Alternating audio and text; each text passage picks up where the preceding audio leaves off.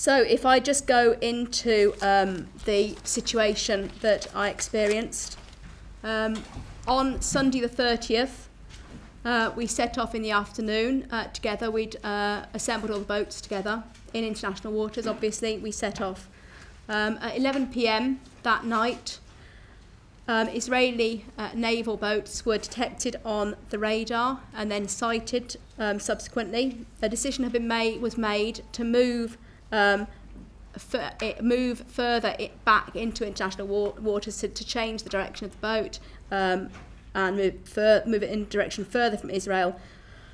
We managed to get some broadcasts out explaining that we were on a humanitarian mission, that the United Nations had called for ships to be sent with humanitarian aid to break the blockade on Gaza. We were simply undertaking that goal.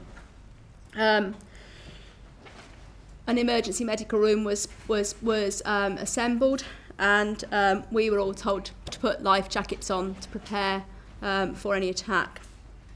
At 2 a.m. I went to sleep.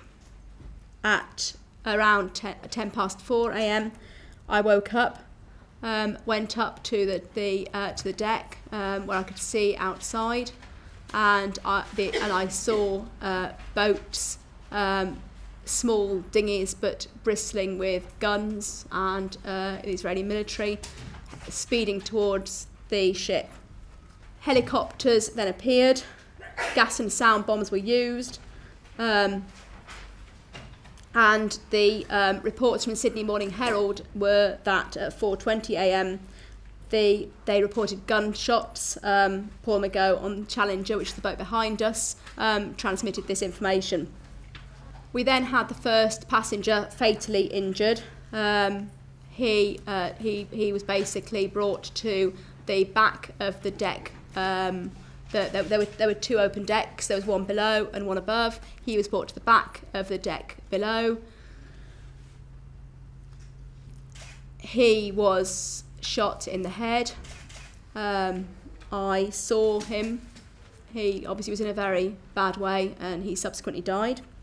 But there were bullets flying. I mean, it was a situation that there were bullets flying all over the place when I was on the top deck at that point. When I realised that there were bullets flying all over the place, I took the decision to go downstairs.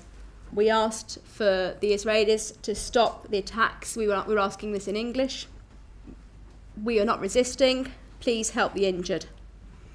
Instead of helping the injured, the saloon remained surrounded with soldiers, targeting individuals with laser sights. I could see the red of the laser sight sweeping over people's heads. We made 2 attempts to try and get the message across in a written form, as well as through the many announcements over the tannoy. We wrote a sign in Hebrew saying SOS, need medical assistance, people are dying, urgent. Hanin Zubi, who's a Knesset member, an Israeli Knesset member, took that sign to the back of the boat where the soldiers were pointing at her. They ordered her to go back. An attempt was made to send a medic with each of the critically injured people. I thought that the medics were going to be going with the critically injured hospital. Instead, what happened was that they were cuffed and they were put on the deck, and they were not able to accompany those critically injured people to hospital.